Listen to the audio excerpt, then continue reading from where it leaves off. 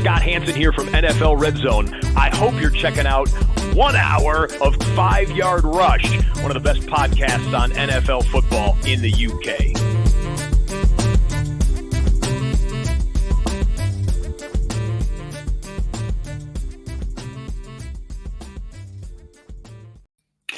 Good morning, Rush Nation. Here we are. We are getting into the middle of the week now, and we are fully preparing for our week 2 matchups. Week 1 is in the rear view mirror, so it's time to crack on and start thinking about how we either build on from our good start or get over from our bad start. And I guess the thing is, from week 1, it was a very unusual week 1. As a result, there's not too much panic to be had. So I would just be, I want to say, a little cautious on things and just try not to panic. I think that's kind of the best advice I can give you. It was a weird week 1 in a lot of ways, but more importantly, there was just, we had circumstances where we had some tough quarterback matchups. Then we had people sort of probably trying to get a little bit too cute. And then, you've got people like Xavier Worthy, people sort of stealing wins off that one, thinking, okay, where to go with him this week, etc. And I think for me, it's just really important to just have a process, follow that process, and just go from there and just steer the right course. Don't panic if you lost in week 1. Don't get too confident if you won in week 1. So I'm going to go through and really quickly just give you some solid sort of starts and sits to consider in leagues for week 1 and for week 2 even. Forget about week 1. Week 1 is dust. And just a few notes from now, because these are players I think are on the fringe. I'm not going to sit here and start naming like people who clear must starts like Josh Allen. It kind of doesn't make a lot of sense to do that. So I'm going to just go through some different names and just get you all prepared on people that are kind of on the fringes and people who are genuine, what I'd call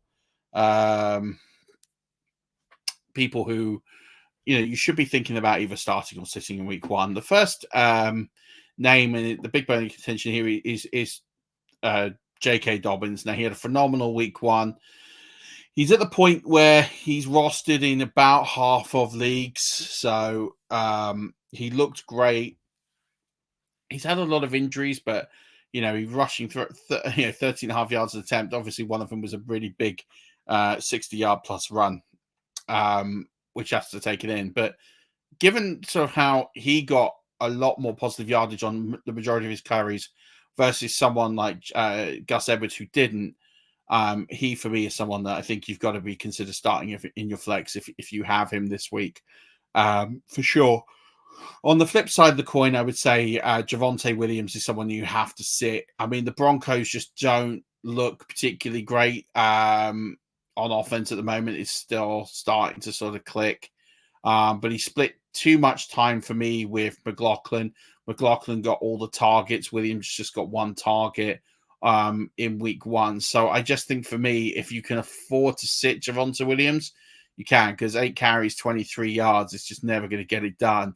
And the way that they're likely to play, it's just a real struggle to see him get the volume that he's going to need. So I would be sitting him this week.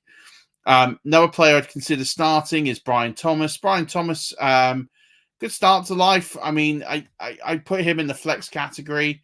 For me, it definitely looks like they want to put the ball in the air a lot more. Even when they were winning and moving the ball, they were still putting the ball in the air quite considerable. So for me, I'm looking at him and going pretty good about starting Brian Thomas. They're trying to work him into this offense. So I really like the look of starting him. Chuba Hubbard's one I'd be sitting this week for sure. You just can't trust anyone in Carolina at the moment. I'm sitting the whole lot. They're just not a good football team. They're going to struggle to move the football until something happens. You just need to sit them down. Excuse me. All of them, and just sit them down completely because you don't want to get involved with their Some other players you should consider starting this week. Jaden Daniels, he did well in his performance against the Buccaneers, running the football, that safe floor. There's some concerns about throwing the football, but hey, they're playing the Giants, and that looks like a gimme at this stage of the season already. So I feel pretty good to have Jaden Daniels if you roster him and could afford to start him. I also think Matt Stafford is another good one. I didn't have the best performance from him, but I think he's someone you should feel pretty good about starting this week as well.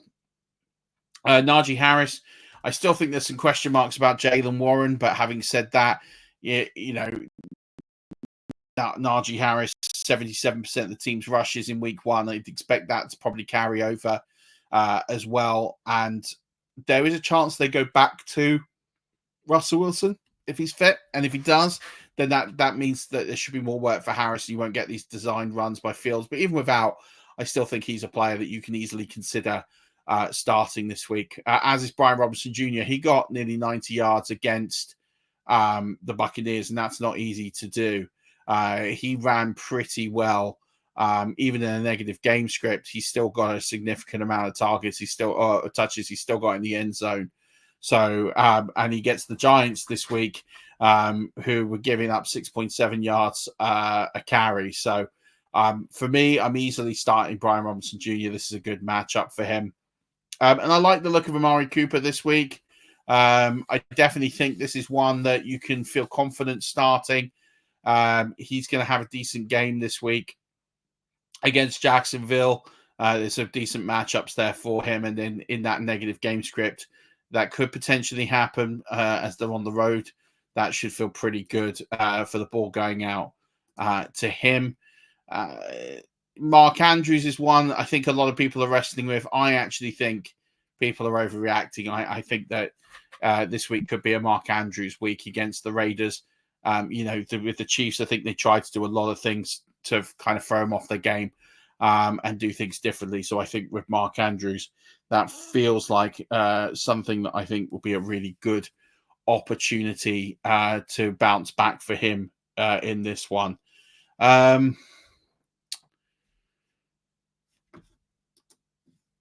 Dallas Goedert's another one as well. Dallas Goedert's another one on fire up this week. I think this is a good matchup and a good opportunity for him to get some additional work this week. Other players to consider sitting, Trevor Lawrence is sort of the big one against the Browns. It's just a terrible matchup. You just don't want to get anywhere near that. We saw how they flattened Dak and limited to 179 passing yards. So I think it's going to be a difficult one. As much as I think that actually I fancy the Jags to win this game, I still think it's going to be a really difficult game for Lawrence. And I think that's why he'll use Brian Thomas Jr. some more. I think Christian Kirk is the one that will kind of suffer out of this trio. So I think it could be a Gabe Davis. Those shorter passes and shorter passing range, I think, will benefit those receivers. But I think for Lawrence, this is going to be tricky. He's going to get sacked a lot. I can see the ball being turned over a lot as well. Zamir White's one I'm folding. I talked about him in my recap show. That it just didn't look great. And then they're playing Baltimore. And so, you're going to be behind. And they're going to be behind even more than they were on Sunday, which is just going to negate what Zamir White does, especially as in the passing game they use Alexander Mattison. So that's one I would definitely be sitting. I'm sitting all the Packers receivers. So that's Reed, Watson, Dobbs. I'm sitting all of them this week because Malik Willis looks like he's going to be under center. And that just doesn't feel right. It doesn't feel right at all.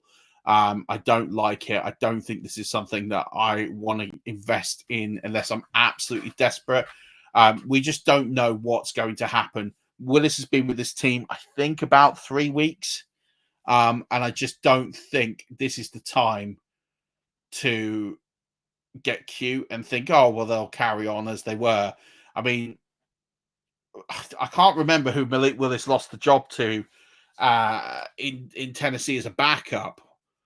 But I can't remember it being anyone good. And that's something I'd be worried about. So I think you'll find that the Packers should sign someone like Tannehill. It makes too much sense. If that happens, I still think I'm fading them all this week against the Colts.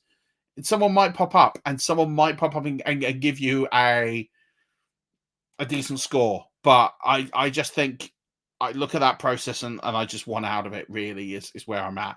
I'm also benching Xavier Worthy, right? So much hype on what he did with his 2 touchdowns.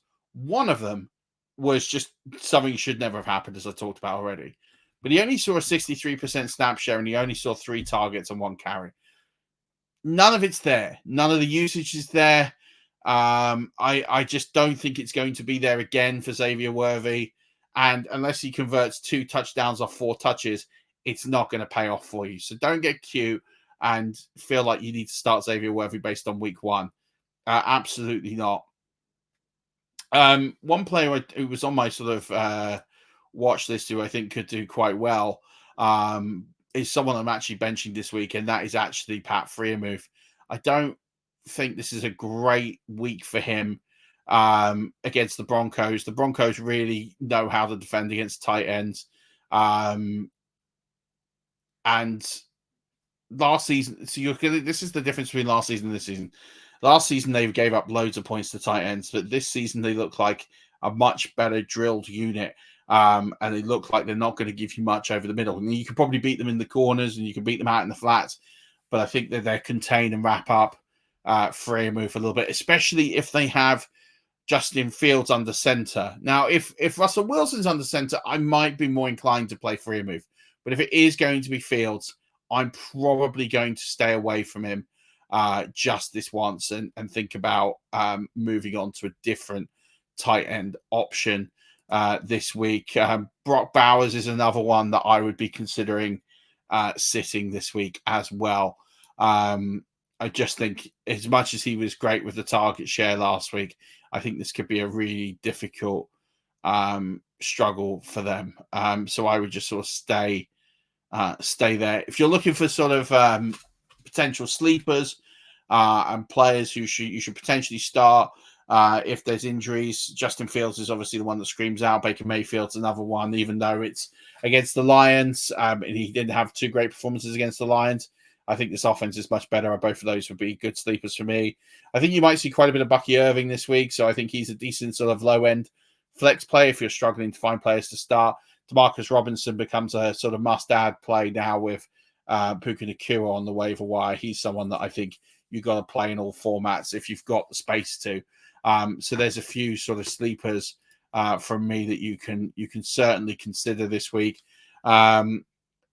The Isaiah Likely debate is going to be interesting. I think you could probably potentially start him and see if he gets a similar role, but I wouldn't necessarily bank on it.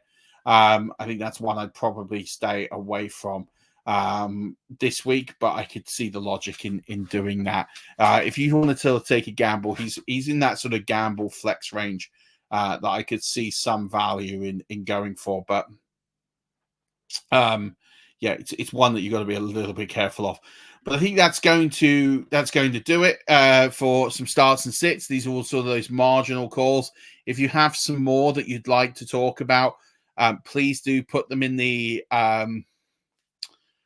comments below. Please do like and subscribe, but please do hit the comments below. And then I can definitely pick some up. If you want access to me, you can join our Patreon.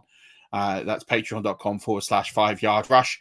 And you can indeed get access to me in a WhatsApp chat to help you with any lineup suggestions and struggles. I'm always happy to do that privately as well. And we'll do the matchup show tomorrow. That will cover off all my rankings, where I am on all these players. So you'll get a good feel for kind of where I'm at. And that will help with some more start-sit decisions. So should give you a lot more clarity. Don't forget the FFCC sign-ups are officially open. So do join us for that. I hope you enjoyed yesterday's show and made the most of that and enjoyed all the fun that we're going to have with the FFCC this year. It's definitely going to be a great event and help us raise even more money for charity. So please do get in there. Anyone who signs up and donates will be guaranteed a spot in the 2025 event. That's going to do it. Thank you so much, everyone, for tuning in. Enjoy your Wednesday, and I'll be back tomorrow for some matchups. But until then, as always, Rush Nation, don't forget, keep rushing.